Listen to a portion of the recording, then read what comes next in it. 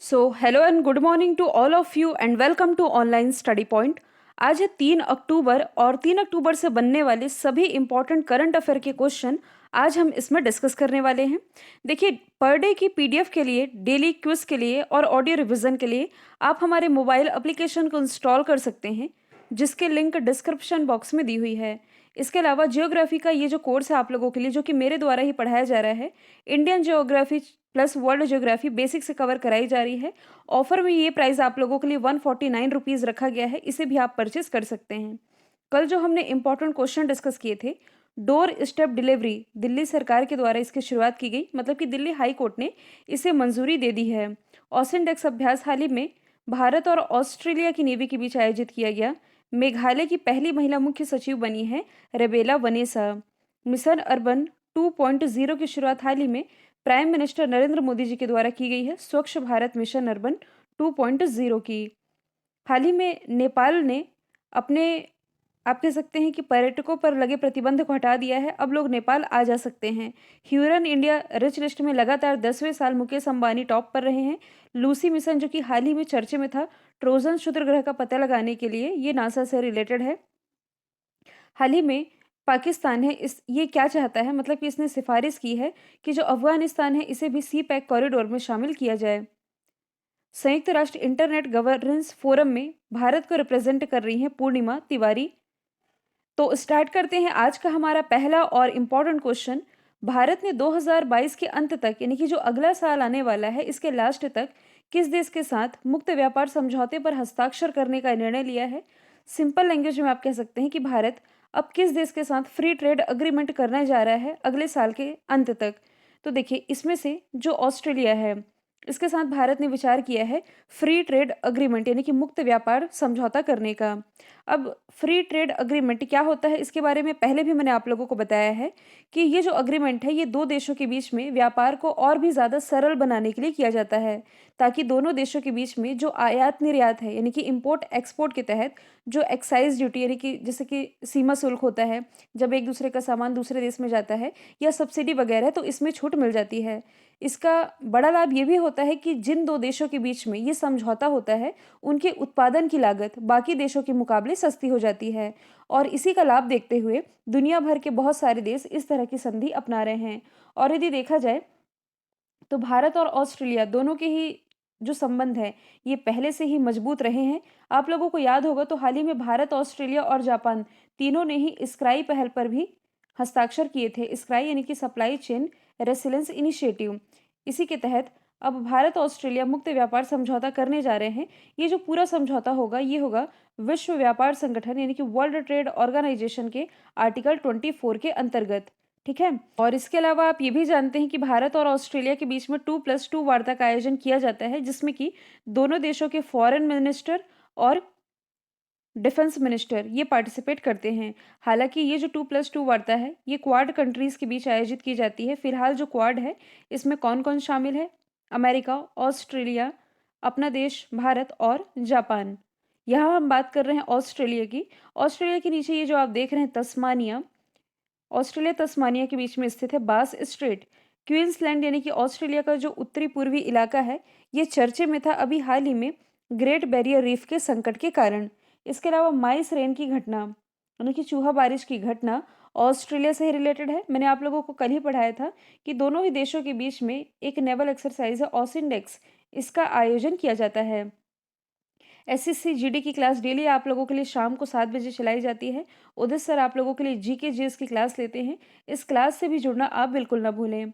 मैंने कल आप लोगों से दो इंपॉर्टेंट सवाल पूछे थे। पहले का राइट आंसर असम और दूसरे का राइट आंसर था छत्तीसगढ़। आप लोगों के लिए आज का सवाल है, माउंट एवरेस्ट पर कोविड-19 विभाजन रेखा स्थापित करने का निर्णय किसने लिया है और किस राज्य में एक ऑनलाइन बाढ़ रिपोर्टिंग और सूचना प्रबंधन प्रणाली ये शुरू की गई है? दोनों का आंसर आप कमेंट बॉक्स में बताएंगे। अगला क्वेश्चन है, भारत में किस संस्थान ने कार्निया प्रत्यारोपण, यानी कि कार्निया ट्रांसप्लांट का पहला विकल्प ये विकसित किया है। तो ये हाल ही में आईआईटी हैदराबाद के शोधकर्ताओं के द्वारा विकसित कर लिया गया है। अब यहाँ बात की जा रही देखिए कार्निया की। कार्निया ये तो आप सब समझते ही होंगे ना, सीधे-सीधे ये आँखों से रिलेटेड है। आप लोगों ने ये ज़रूर पढ़ा होगा कि जब हम आइज़ डोनेट करते हैं यानी कि नेत्रदान में आँख का कौन-सा हिस्सा दान किया जाता है, तो ये कॉर्निया ही दान किया जाता है। थोड़ा हम आँख के बारे में यदि बेसिक समझें, तो आप लोग कहते हैं ना किसी की आँखें काली है, भूरी है या नीली है। देखिए आँखें काली, भूरी, नीली नहीं रहती, वो आइरिस होता है। एकदम छोटा सा ये जो आप देख रहे हैं यही है आइरिस, जो कि प्रकाश की मात्रा को कंट्रोल करता है। अब कैसे कंट्रोल करता है? कहने का मतलब है कि ये सिकुड़ता जल्दी है और फैलता आराम से है। अब वो कैसे? तो फॉर एग्ज़ाम्पल यदि आप धूप में जाएँगे, धूप आँखों में लगेगी तो एकदम से हमारी आँखें सिकुड़ जाती हैं। तो आँखें नहीं सिकुड़ती, ये जो आइरिस होता है ये सिकुड़ जाता है। और जब हम धूप से छाँव की ओर आते हैं, छाँव में आएँगे तो आँखें एकदम से तो खुलती नहीं। आप लोग देखते होंगे ना, हमें अंधेरा दिखाई देता होगा धूप से आते हुए, तो ये आराम-आराम से फैलती है। ठीक है? तो आँख में ये जो झिल्ली आप देख रहे हैं, यही होती है कॉर्निया और इसी का डोनेट किया जाता है, मतलब कि जब नेत्रदान करते हैं, तो इसी कॉर्निया को डोनेट किया जाता है। और ये जो कॉर्निया होता है, ये क्या करता है? प्रकाश को आँखों में भेजने का कार्य करता है। तो इसी के लिए मतलब कि ये जो कॉर्निया का ट्रांसप्लांट होता है, इसी का ऑप्शन ये डेवलप कर लिया है आईआईटी हैदराबाद के शोधकर्ताओं के द्वारा। वैसे ही अभी हाल ही में आईआईटी हैदराबाद के शोधकर्ताओं के द्वारा जैव ईंट से बनी भारत की पहली इमारत ये भी बनाई गई थी। आईआईटी मद्रास के द्वारा भारत का पहला स्वदेशी माइक्रो प्रोसेसर शक्ति ये डेवलप किया गया था। आईआईटी दिल्ली के रिसर्चर के द्वारा 2 घंटे में डेंगू का पता लगाने वाला एक डिवाइस डेवलप किया गया। और अभी हाल ही में आईआईटी बॉम्बे के द्वारा प्रोजेक्ट उड़ान की शुरुआत की गई है। और देखिए यदि आप फर्स्ट टाइम चैनल को विजिट कर रहे हैं और यदि आप चाहते हैं कि आप लोगों को हमारे पर डे के वीडियो की नोटिफिकेशन सबसे पहले मिल सके, तो आप चैनल को सब्सक्राइब कर लेंगे, साथ ही बेल आइकन दबाना बिल्कुल ना भूलें। अगला क्वेश्चन है, किस प्रौद्योगिकी कंपनी ने भारत में क्रिएटर एजुकेशन प्रोग्राम लॉन्च किया है? तो ये भी हाल ही में लॉन्च किया गया है प्रौद्योगिकी कंपनी फेसबुक के द्वारा। अभी क्रिएटर प्रोग्राम ये है क्या? तो आप कह सकते हैं कि एक ऑनलाइन एजुकेशन प्लेटफॉर्म होगा। जैसे आप अनअकैडमी सुनते हैं ना, सेम उसी तरह का आप कह सकते हैं कि जिसमें कि जो पढ़ाने वाले लोग हैं यानी कि जो कंटेंट क्रिएटर्स होंगे उन पर ये पूरी तरह से बेस होगा। हालांकि इसे मूल रूप से देखा जाए तो 2019 में लॉन्च किया गया था और अभी आप कह सकते हैं कि ये ज़्यादा चर्चे में आया था। अलग अलग प्लेटफॉर्म पर यूज़र्स, व्यूअर्स, कॉमर्स इन्हें ये कनेक्ट कर सकेगा। तो इस तरह का ये क्रिएटर एजुकेशन प्रोग्राम है जो कि हाल ही में फेसबुक ने लॉन्च कर दिया है। फेसबुक की यदि हम बात करें तो इसकी स्थापना 2004 में की गई थी। हेडक्वार्टर इसका स्थित है कैलिफोर्निया, यूएसए में। इसके जो सीईओ हैं ये कौन है? Mark Zuckerberg. गूगल की यदि हम बात करें तो 1998 में इसकी स्थापना हुई। इसका भी हेडक्वार्टर कैलिफोर्निया, यूएसए में है और इसके सीईओ हैं भारतीय मूल के सुंदर पिचाई। माइक्रोसॉफ्ट की यदि हम बात करें तो माइक्रोसॉफ्ट की स्थापना की गई थी 1975 में। इसका हेडक्वार्टर कहाँ स्थित है? वॉशिंगटन डीसी में। और माइक्रोसॉफ्ट के जो सीईओ हैं सत्या नडेला है। एप्पल की यदि हम बात करें तो एप्पल इसकी स्थापना 1976 में हुई। हेडक्वार्टर कैलिफोर्निया, यूएसए में है। तो देखिए गूगल, फेसबुक, एप्पल तीनों का हेडक्वार्टर कैलिफोर्निया में है। केवल माइक्रोसॉफ्ट का हेडक्वार्टर ये है वॉशिंगटन में। अगला क्वेश्चन है, किस राज्य के बालाघाट के चिनौर चावल को जीआई टैग मिला है? तो देखिए बालाघाट जिला ये कहाँ स्थित है? मध्य प्रदेश में। मध्य प्रदेश का सबसे ज़्यादा लिंगानुपात वाला ये जिला है और यहीं का ये चिनूर चावल है, जिसे भी हाल ही में जीआई टैग प्रदान कर दिया गया है। अब जीआई टैग क्या होता है ये मैंने आप लोगों को बता ही रखा है। किसी भी प्रोडक्ट को यदि जीआई टैग दिया जाता है तो उसे एक अंतर्राष्ट्रीय पहचान मिल जाती है, साथ ही उसकी मांग भी बढ़ जाती है और मांग बढ़ती है तो उत्पादन बढ़ता है। इस तरह से ये जीआई टैग प्रदान किया जाता है। सबसे पहले दिया गया था 2004 में दार्जिलिंग की चाय को। आगे फिलहाल हम डिस्कस करेंगे भी, यहाँ हम मध्य प्रदेश की ही बात कर रहे हैं। तो एक और जीआई टैग प्राप्त प्रोडक्ट है जो कि एग्जाम का पार्ट बन चुका है। ये जो आप देख रहे हैं ना, ये है झाबुआ। 2018 में झाबुआ का जो कड़कनाथ मुर्गा था इसे जीआई टैग मिला था। तो यदि हम बात करें मध्य प्रदेश की राजधानी है भोपाल, मुख्यमंत्री है शिवराज सिंह चौहान, राज्यपाल अभी हाल ही में मंगू भाई छगन भाई पटेल ये बनाए गए। लोकसभा सीटें हैं 29, राज्यसभा सीटों की संख्या ये है कुल 11। इसके अलावा यदि आप ये जो बुंदेलखंड वाला एरिया देख रहे हैं, बक्सवाहा के जंगल, विशालतम हीरे के भंडार पाए जाने की यहाँ संभावना थी, जिसके कारण बक्सवाहा वाला एरिया ये जो है पूरा ये चर्चे में आया था। ये तो हो गई मध्य प्रदेश की बात। यहाँ इस क्वेश्चन में हम बात कर रहे हैं जीआई टैग की। पहला प्रोडक्ट मैंने बता ही दिया है, दार्जिलिंग की चाय, कब मिला था? 2004 में। केरल की यदि हम बात करें तो केरल का प्रोडक्ट है मयूर गुड़। उड़ीसा का प्रोडक्ट है कंधमाल हल्दी। इसके अलावा हाल ही के दिनों में मैंने आप लोगों को बताया था जम्मू कश्मीर का गुच्छी मशरूम। इसके अलावा विलो क्रिकेट बैट, इन्हें जीआई टैग मिला है। ये सभी आप रिलेट कर सकते हैं। हाल ही के दिनों में नागालैंड का एक नागा खीरा है, इसे जीआई टैग मिला। सिक्किम का जो डल्ले खुरसानी मिर्च है, इसे जीआई टैग मिला। और मणिपुर का काला चावल, इसे भी जीआई टैग मिला है। अगला क्वेश्चन है, हाल ही में भारत में पहली बार ड्रोन आधारित वन रोपण परियोजना की शुरुआत किसने की है? तो इसकी शुरुआत अभी हाल ही में तेलंगाना के द्वारा की गई है। अब ये जो टर्म लिखा हुआ है ड्रोन आधारित वन रोपण, अब ये क्या हुआ? क्या ड्रोन के माध्यम से वृक्षारोपण किए जाएंगे? तो आप ऐसा ही समझ सकते हैं, क्योंकि ड्रोन के माध्यम से ये जो आप देख रहे हैं ना, यहाँ से शीड शीड यानी कि बीज, ये ड्रोन से उड़ते हुए ये जो बीज हैं ये जंगलों में वितरित किए जाएंगे, मतलब कि फैल जाएंगे। और यहाँ आप कह सकते हैं कि जब पानी पड़ेगा मिट्टी वगैरह से, यहाँ ऑटोमेटिक वृक्षारोपण ये हो सकेगा। कहने का मतलब है कि देखिए, ये जो ड्रोन आधारित परियोजना है इसे नाम दिया गया है हरा भरा, और इसके ब्रांड एम्बेसडर जो अभिनेता है राणा दुगुपति, ये बनाए गए हैं। तो हैदराबाद के केबीआर पार्क से इसकी शुरुआत की गई है। यहाँ लिखा भी हुआ है सीड कॉप्टर, जैसे कि आप हेलीकॉप्टर सुनते हैं ना, उसी तरह से ये है शीड कॉप्टर, जो कि शीड को कैरी करेगा और इसका छिड़काव आप कह सकते हैं किया जाएगा। एक तरह का सीडिंग अभियान है जिसके तहत राज्य के सभी 33 जिलों में जंगलों में लगभग 12,000 हेक्टेयर की भूमि में 50 लाख पेड़ लगाए जाएंगे इसी ड्रोन के माध्यम से। और इसी तेलंगाना में यदि आप लोगों को याद होगा तो हाल ही के दिनों में भारत की पहली मेडिकल ड्रोन डिलीवरी सुविधा की भी शुरुआत की गई थी। हालांकि ये मैंने आप लोगों को बताया था। तेलंगाना की राजधानी है हैदराबाद। हैदराबाद जो कि मूसी नदी के किनारे बसी हुई है। हैदराबाद भारत का पहला ब्लॉक चेन जिला भी है। यहाँ के मुख्यमंत्री के चंद्रशेखर राव, राज्यपाल है तमिलिसाई सौंदराजन। हाल ही में यूनेस्को के द्वारा भारत के 40 हेरिटेज साइट हो गए हैं, आप जानते ही हैं। 39वां है तेलंगाना का रामप्पा टेम्पल, और 40वां है गुजरात का धौलावीरा। ये हो गई तेलंगाना की बातें। आप यहाँ बॉर्डर स्टेट देख सकते हैं, ये है आंध्र प्रदेश। यहाँ आप याद रखेंगे कि आंध्र प्रदेश की सीमा ये समुद्र से लगती है, तेलंगाना की बिल्कुल नहीं लगती। इसके अलावा तेलंगाना और किससे सीमा साझा कर रहा है, ये आप देख पा रहे हैं, ये है कर्नाटक, महाराष्ट्र, फिर यहाँ छत्तीसगढ़, ओडिशा। ठीक है। अब यहाँ बात की जा रही है भारत के पहले राज्य की, मतलब कि ये जो सुविधा है ये पहली बार भारत के किसी राज्य में शुरू की गई है।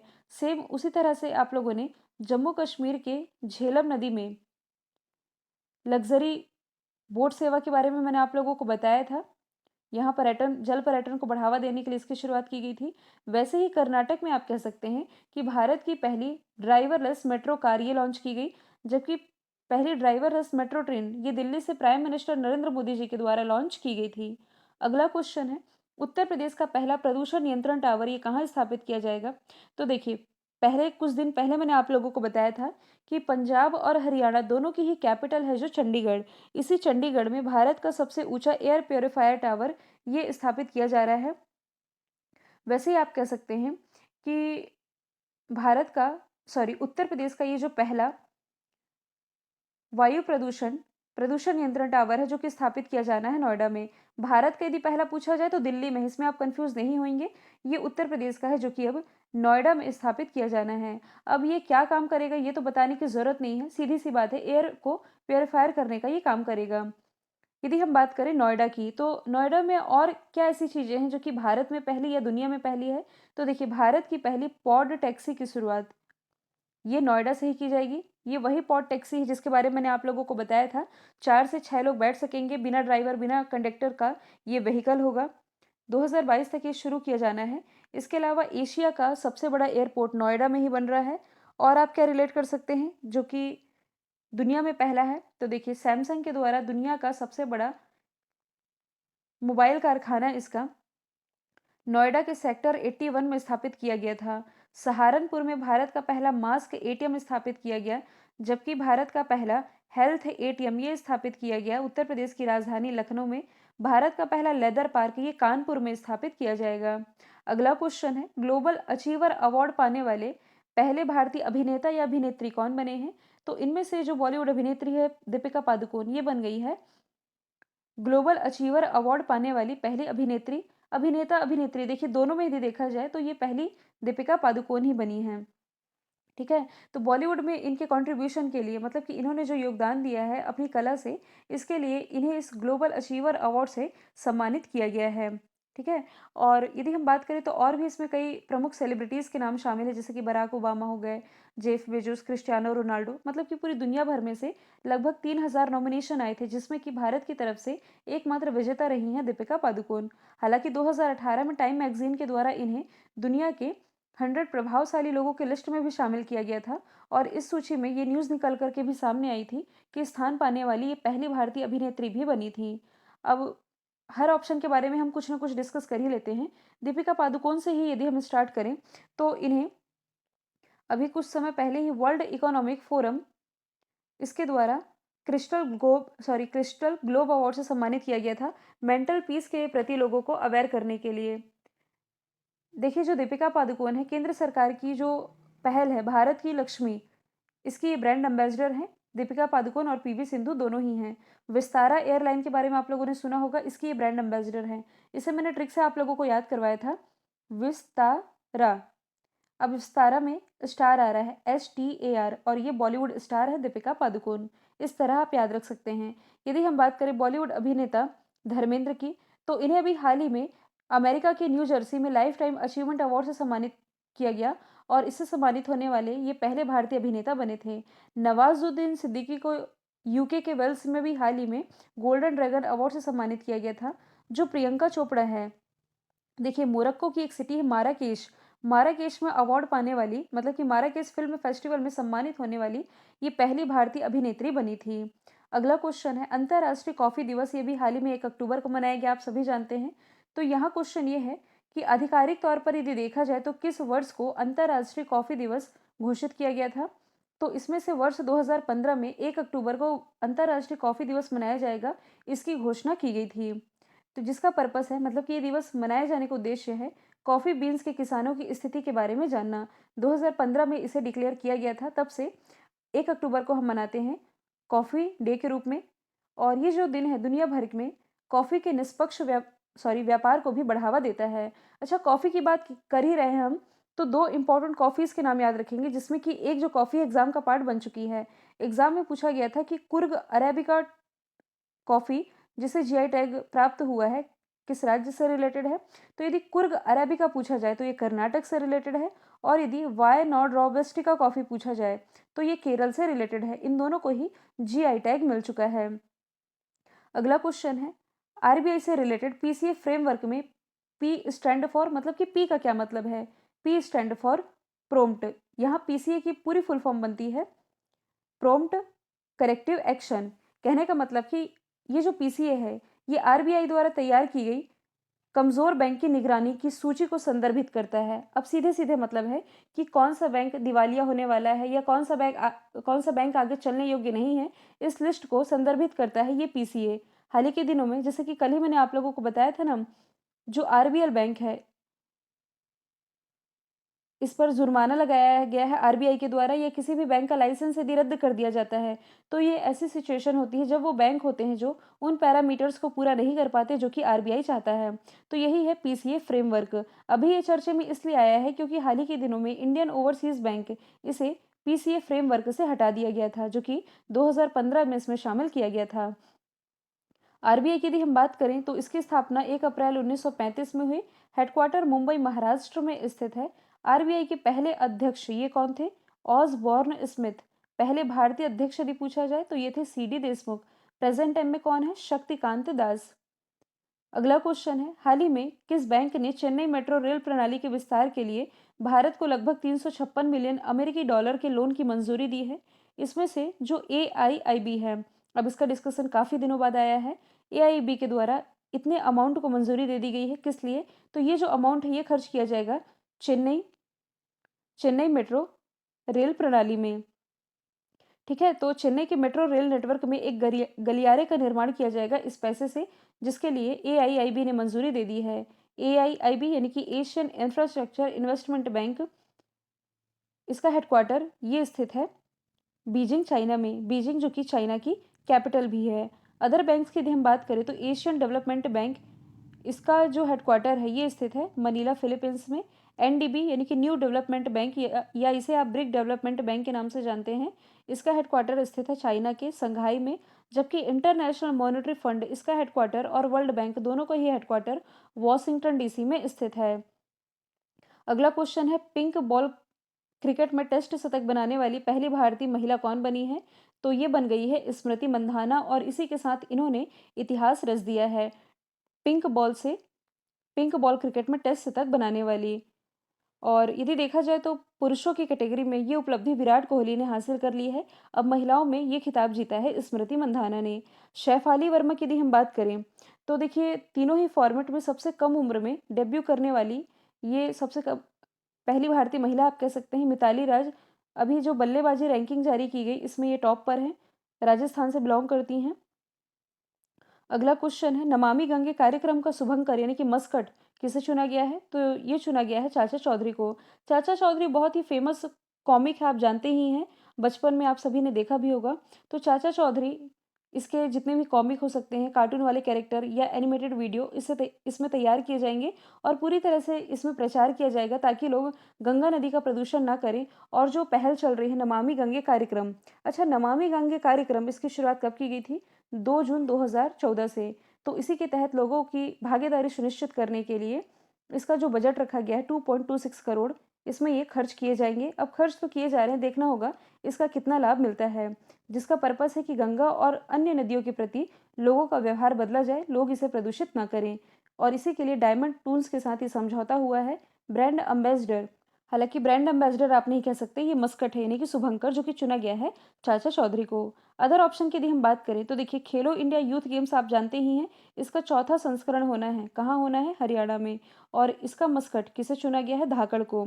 जबकि अभी जो टोक्यो ओलंपिक संपन्न हुए जापान की राजधानी टोक्यो में, इसका मस्कट था मिराई तोवा। भूर सिंह, देखिए ये इंपॉर्टेंट है, एग्जाम में पूछा जा चुका है। कान्हा टाइगर रिजर्व के बारे में आप लोगों ने सुना होगा, मध्य प्रदेश में स्थित है। तो ये जो कान्हा टाइगर रिजर्व है, ये शुभंकर यानी कि मस्कट हासिल करने वाला भारत का पहला टाइगर रिजर्व है। और भूर सिंह द बारहसिंगा यहाँ का मस्कट है, जो कि हिरण की प्रजाति है, राज्य की पशु है बारहसिंगा, ठीक है, मध्य प्रदेश का राज्य की पशु है। फिर हम कुछ रैंडम रिवीजन कर लेते हैं। देखिए, केसर का जो सबसे ज़्यादा उत्पादन है ये जम्मू कश्मीर में होता है। और वैसे अभी तक केसर का जो उत्पादन है ये जम्मू कश्मीर में ही होता था, पहली बार ये अलाउ किया गया है पूर्वोत्तर भारत का जो राज्य है सिक्किम, मतलब कि सिक्किम में भी अब केसर की खेती ये अलाउ हो गई है, केसर का उत्पादन आप कह सकते हैं। भारत में पहली बहुउद्देशीय परियोजना जो कि दामोदर नदी पर शुरू की गई थी। नेशनल कांग्रेस के पहले अध्यक्ष व्योमेश चंद्र बनर्जी थे। गांधी जी के राजनीतिक गुरु गोपाल कृष्ण गोखले। और अंतर्राष्ट्रीय शांति और सुरक्षा बनाए रखने की जिम्मेदारी ये है यूनाइटेड नेशन सिक्योरिटी काउंसिल की, यानी कि यूएनएससी की। और नोबेल प्राइज पाने वाले जो पहले भारतीय नागरिक थे ये थे रविन्द्रनाथ टैगोर। गीतांजलि के लिए इन्हें मिला था 1913 में। और मिड डे मील योजना जो कि 1995 में शुरू की गई थी। हालांकि मिड डे मील ये भी करंट से रिलेटेड है, पोषण योजना समथिंग इसका नाम बदला गया है, जिसके तहत अब नर्सरी से लेकर के 8वीं क्लास तक के बच्चों को भोजन प्रोवाइड कराया जाएगा स्कूलों में।